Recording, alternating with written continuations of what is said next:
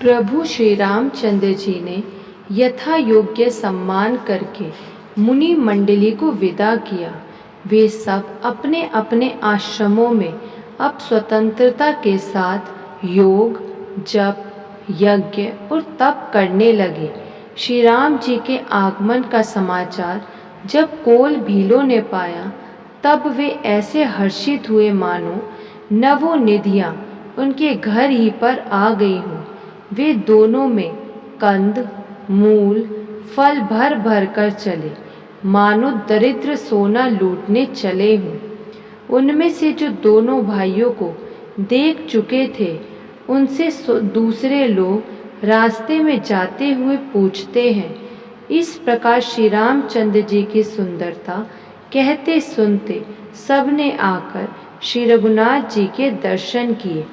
भेंट आगे रखकर वे लोग जोहार करते हैं और अत्यंत अनुराग के साथ प्रभु को देखते हैं। वे मुग्ध हुए, जहाँ के तहाँ मानो चित्र लिखे से खड़े हैं। उनके शरीर पुलकित हैं और नेत्रों में प्रेमाश्रुओं के जल की बाढ़ आ रही है। श्री राम जी ने उन सबको प्रेम में मगन जाना और प्रिय वचन सुनकर सबका सम्मान किया। वे बार बार प्रभु श्री रामचंद्र जी को जोहार करते हुए हाथ जोड़कर विनीत वचन कहते हैं। हे नाथ, आपके चरणों का दर्शन पाकर हम सब सनाथ हो गए। हे कौशल राज, हमारे ही भाग्य से आपका यहाँ शुभागमन हुआ है।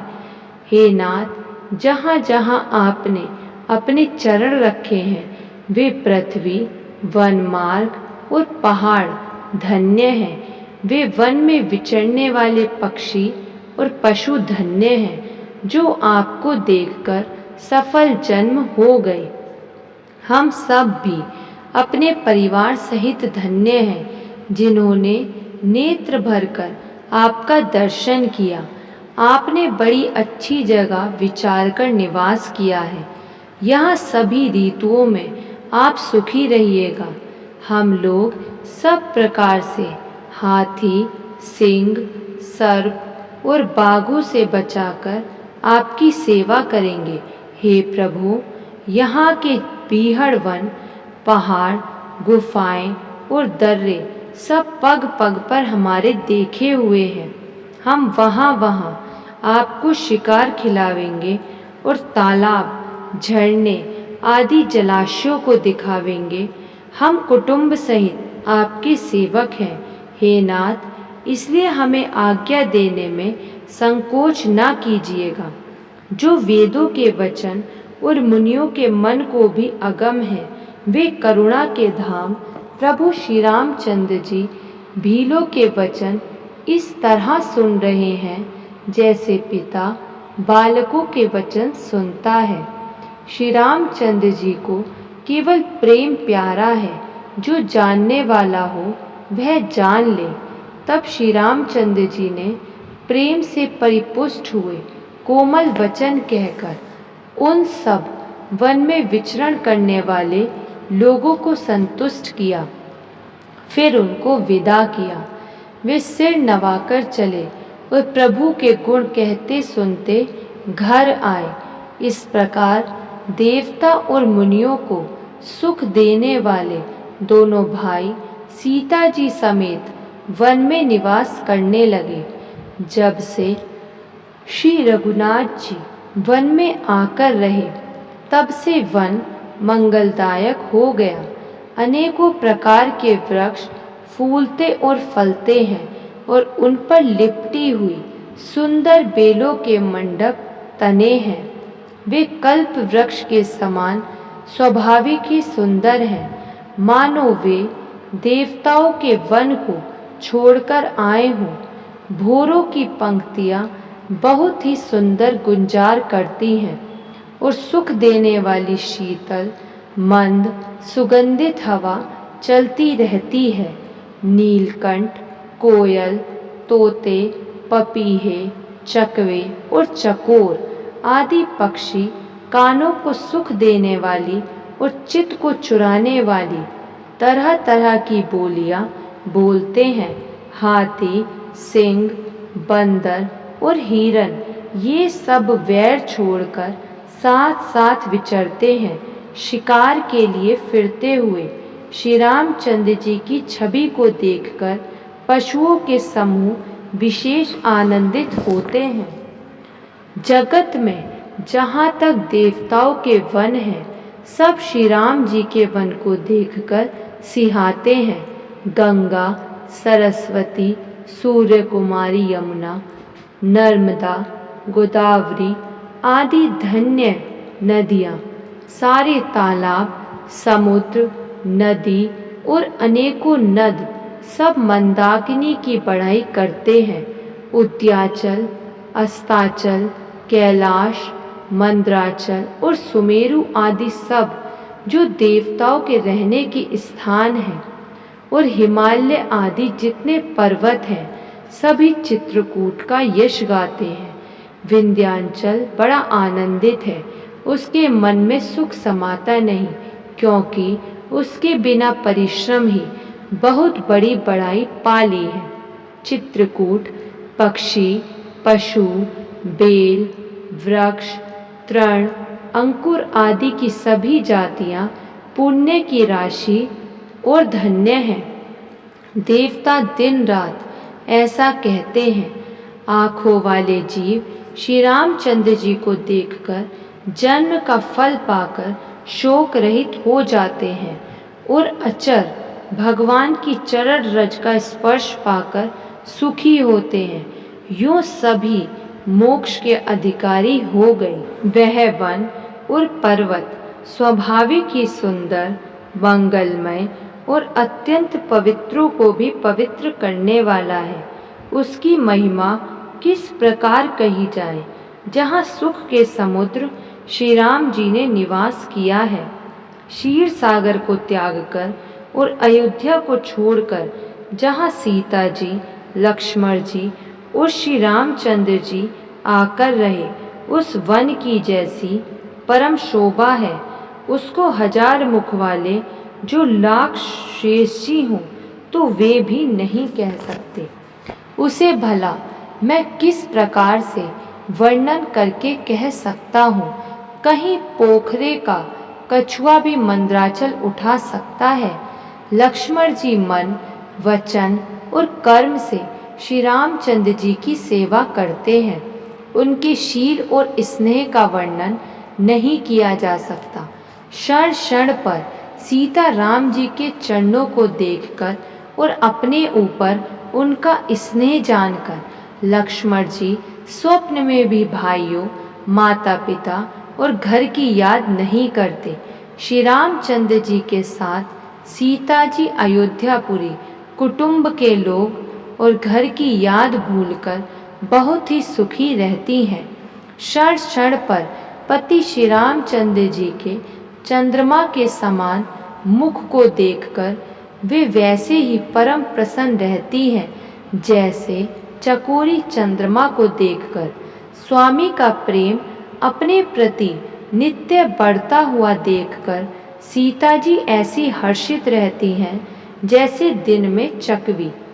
सीता जी का मन श्री रामचंद्र जी के चरणों में अनुरक्त है। इससे उनको वन हजारों अवध के समान प्रिय लगता है।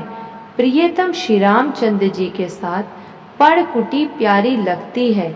मृग और पक्षी प्यारे कुटुंबियों के समान लगते हैं। मुनियों की स्त्रियां सास के समान, श्रेष्ठ मुनि ससुर के समान और कंद मूल फलों का आहार उनको अमृत के समान लगता है। स्वामी के साथ सुंदर साथरी सैकड़ों कामदेव की सेजों के समान सुख देने वाली है, जिनके देखने मात्र से जीव लोकपाल हो जाते हैं। उनको कहीं भोग विलास मोहित कर सकते हैं। जिन श्री रामचंद्र जी का स्मरण करने से ही भक्तजन तमाम भोग विलास को तिनके के समान त्याग देते हैं, उन श्री रामचंद्र जी की प्रिय पत्नी और जगत की माता सीता जी के लिए यह भोग विलास का त्याग कुछ भी आश्चर्य नहीं है। सीता जी और लक्ष्मण जी को जिस प्रकार सुख मिले, श्री रघुनाथ जी वही करते हैं और वही कहते हैं। भगवान प्राचीन कथाएं और कहानियां कहते हैं और लक्ष्मण जी तथा सीता जी अत्यंत सुख मानकर सुनते हैं। जब जब श्री रामचंद्र जी अयोध्या की याद करते हैं, तब तब उनके नेत्रों में जल भर आता है। माता पिता, कुटुंबियों और भाइयों तथा भरत के प्रेम, शील और सेवा भाव को याद करके कृपा के समुद्र प्रभु श्री रामचंद्र जी दुखी हो जाते हैं, किंतु फिर कुसमय समझकर धीरज धारण कर लेते हैं। श्री रामचंद्र जी को दुखी देखकर सीता जी और लक्ष्मण जी भी व्याकुल हो जाते हैं। जैसे किसी मनुष्य की परछाई उस मनुष्य के समान ही चेष्टा करती है, तब धीर, कृपालु और भक्तों के हृदयों को शीतल करने के लिए चंदन रूप रघुकुल को आनंदित करने वाले श्री रामचंद्र जी प्यारी पत्नी और भाई लक्ष्मण की दशा देखकर कुछ पवित्र कथाएं कहने लगते हैं, जिन्हें सुनकर लक्ष्मण जी और सीता जी सुख प्राप्त करते हैं। लक्ष्मण जी और सीता जी सहित श्री रामचंद्र जी पर्णकुटी में ऐसे सुशोभित हैं जैसे अमरावती में इंद्र अपनी पत्नी शची और पुत्र जयंत सहित बसता है। प्रभु श्री रामचंद्र जी सीता जी और लक्ष्मण जी की कैसी संभाल रखते हैं, जैसे पलके नेत्रों के गोलकों की। इधर लक्ष्मण जी श्री सीता जी और श्री रामचंद्र जी की ऐसी सेवा करते हैं जैसे अज्ञानी मनुष्य शरीर की करते हैं। पक्षी, पशु, देवता और तपस्वी के हितकारी प्रभु इस प्रकार सुखपूर्वक वन में निवास कर रहे हैं। तुलसीदास जी कहते हैं, मैंने श्री रामचंद्र जी का सुंदर वनागमन कहा। अब जिस तरह सुमंत्र अयोध्या में आए वह सुनो। प्रभु श्री रामचंद्र जी को पहुंचाकर जब निषाद राज लौटा, तब आकर उसने रथ को सुमंत्र सहित देखा। मंत्री को व्याकुल देखकर निषाद को जैसा दुख हुआ वह कहा नहीं जाता। निषाद को अकेले आया देख सुमंत्र हाँ राम, हाँ सीते, हाँ लक्ष्मण पुकारते हुए बहुत व्याकुल होकर धरती पर गिर पड़े। रथ के घोड़े दक्षिण दिशा की ओर, जिधर श्री रामचंद्र जी गए थे, देख देख कर हिनहिनाते हैं, मानो बिना पंख के पक्षी व्याकुल हो रहे हों। वे ना तो घास चरते हैं, न पानी पीते हैं, केवल आँखों से जल बहा रहे हैं। श्री रामचंद्र जी के घोड़ों को इस दशा में देखकर सब निषाद व्याकुल हो गए। तब धीरज धरकर निषाद राज कहने लगा, हे सुमंत्र जी, अब विषाद को छोड़िए। आप पंडित और परमार्थ के जानने वाले हैं।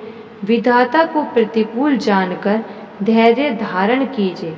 केवल वाणी से भांति भांति की कथाएं कहकर निषाद ने जबरदस्ती लाकर सुमंत्र को रथ पर बैठाया, परंतु शोक के मारे वे इतने शिथिल हो गए कि रथ को हाँक नहीं सकते।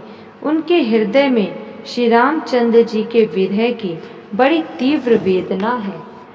घोड़े तड़फाते हैं और रास्ते पर नहीं चलते, मानो जंगली पशु लाकर रथ में जोत दिए गए हों। वे श्री रामचंद्र जी के वियोगी घोड़े कभी ठोकर खाकर गिर पड़ते हैं, कभी घूमकर पीछे की ओर देखने लगते हैं। वे तीक्ष्ण दुख से व्याकुल हैं। जो कोई राम, लक्ष्मण या जानकी का नाम ले लेता है, घोड़े हिकर हिकर कर उसकी ओर प्यार से देखने लगते हैं। घोड़ों की विरह दशा कैसे कही जा सकती है। वे ऐसे व्याकुल हैं जैसे मणि के बिना सांप व्याकुल होता है। मंत्री और घोड़ों की यह दशा देखकर निषाद राज विषाद के वश हो गया। तब उसने अपने 4 उत्तम सेवक बुलाकर सारथी के साथ कर दिए। निषाद राज को सुमंत्र जी को पहुंचाकर विदा करके लौटा। उसके विरह और दुख का वर्णन नहीं किया जा सकता। वे चारों निषाद रथ लेकर अवध को चले। सुमंत्र और घोड़ों को देख देख कर वे भी क्षण भर विषाद में डूबे जाते थे। व्याकुल और दुख से दीन हुए सुमंत्र जी सोचते हैं कि श्री रघुवीर के बिना जीने के धिक्कार हैं। आखिर यह अधम शरीर रहेगा तो है ही नहीं। अभी श्री रामचंद्र जी के बिछुड़ते ही छूटकर इसने यश नहीं ले लिया। ये प्राण अपयश और पाप के भांडे हो गए। अब ये किस कारण कूच नहीं करते। हाय नीच मन, बड़ा अच्छा मौका चूक गया। अब भी तो हृदय के 2 टुकड़े नहीं हो जाते। सुमंत्र हाथ मल मल कर और सिर पीट पीट कर पछताते हैं, मानो कोई कंजूस धन का खजाना खो बैठा हो। वे इस प्रकार चले मानो कोई बड़ा योद्धा वीर का बाना पहनकर और उत्तम शूरवीर कहलाकर युद्ध से भाग चला हो। जैसे कोई विवेकशील वेद का ज्ञाता, साधु सम्मत आचरणों वाला और उत्तम जाति का ब्राह्मण धोखे से मदिरा पी ले और पीछे पछतावे, उसी प्रकार मंत्री सुमंत्र पछता रहे हैं। जैसे किसी उत्तम कुल वाली साधु स्वभाव की, समझदार और मन वचन कर्म से पति को ही देवता मानने वाली पतिव्रता स्त्री को भाग्यवश पति को छोड़कर रहना पड़े, उस समय उसके हृदय में जैसे भयानक संताप होता है, वैसे ही मंत्री के हृदय में हो रहा है। नेत्रों में जल भरा है, दृष्टि मंद हो गई है, कानों से सुनाई नहीं पड़ता। व्याकुल हुए बुद्धि बेठिकाने हो रही है, ओठ सूख रहे हैं, मुंह में लाठी लग गई है, किंतु प्राण नहीं निकलते, क्योंकि हृदय में अवधि रूपी किवाड़ लगे हैं। अर्थात 14 वर्ष बीत जाने पर भगवान फिर मिलेंगे, यही आशा रुकावट डाल रही है। सुमंत्र जी के मुख का रंग बदल गया है, जो देखा नहीं जाता। ऐसा मालूम होता है मानो इन्होंने माता पिता को मार डाला हो। उनके मन में राम वियोग रूपी हानि की महान गलानी छा रही है। जैसे कोई पापी मनुष्य नरक को जाता हुआ रास्ते में सोच कर रहा हो, मुंह से वचन नहीं निकलते, हृदय में पछताते हैं कि मैं अयोध्या में जाकर क्या देखूंगा। श्री रामचंद्र जी से शून्य रथ को जो भी देखेगा वही मुझे देखने में संकोच करेगा, अर्थात मेरा मुंह नहीं देखना चाहेगा। नगर के सब व्याकुल स्त्री पुरुष जब दौड़कर मुझसे पूछेंगे, तब मैं हृदय पर वज्र रखकर सबको उत्तर दूंगा। जब दीन दुखी सब माताएं पूछेंगी, तब हे विधाता मैं उन्हें क्या कहूँगा। जब लक्ष्मण जी की माता मुझसे पूछेंगी, तब मैं उन्हें कौन सा सुखदाई संदेशा कहूँगा। श्री राम जी की माता जब इस प्रकार दौड़ी आवेंगी, जैसे नई ब्याही हुई गो बछड़े को याद करके दौड़ी आती है, तब उनके पूछने पर मैं उन्हें यह उत्तर दूंगा कि श्री राम लक्ष्मण सीता वन को चले गए। जो भी पूछेगा उसे यही उत्तर देना पड़ेगा। हाय अयोध्या जाकर अब मुझे यही सुख लेना है। जब दुख से दीन महाराज, जिनका जीवन श्री रघुनाथ जी के दर्शन के ही अधीन है, मुझसे पूछेंगे, तब मैं कौन सा मुंह लेकर उन्हें उत्तर दूंगा कि मैं राजकुमारों को कुशल पूर्वक पहुंचा आया हूँ। लक्ष्मण, सीता और श्री राम का समाचार सुनते ही महाराज तिनके की तरह शरीर को त्याग देंगे। जय श्री राम।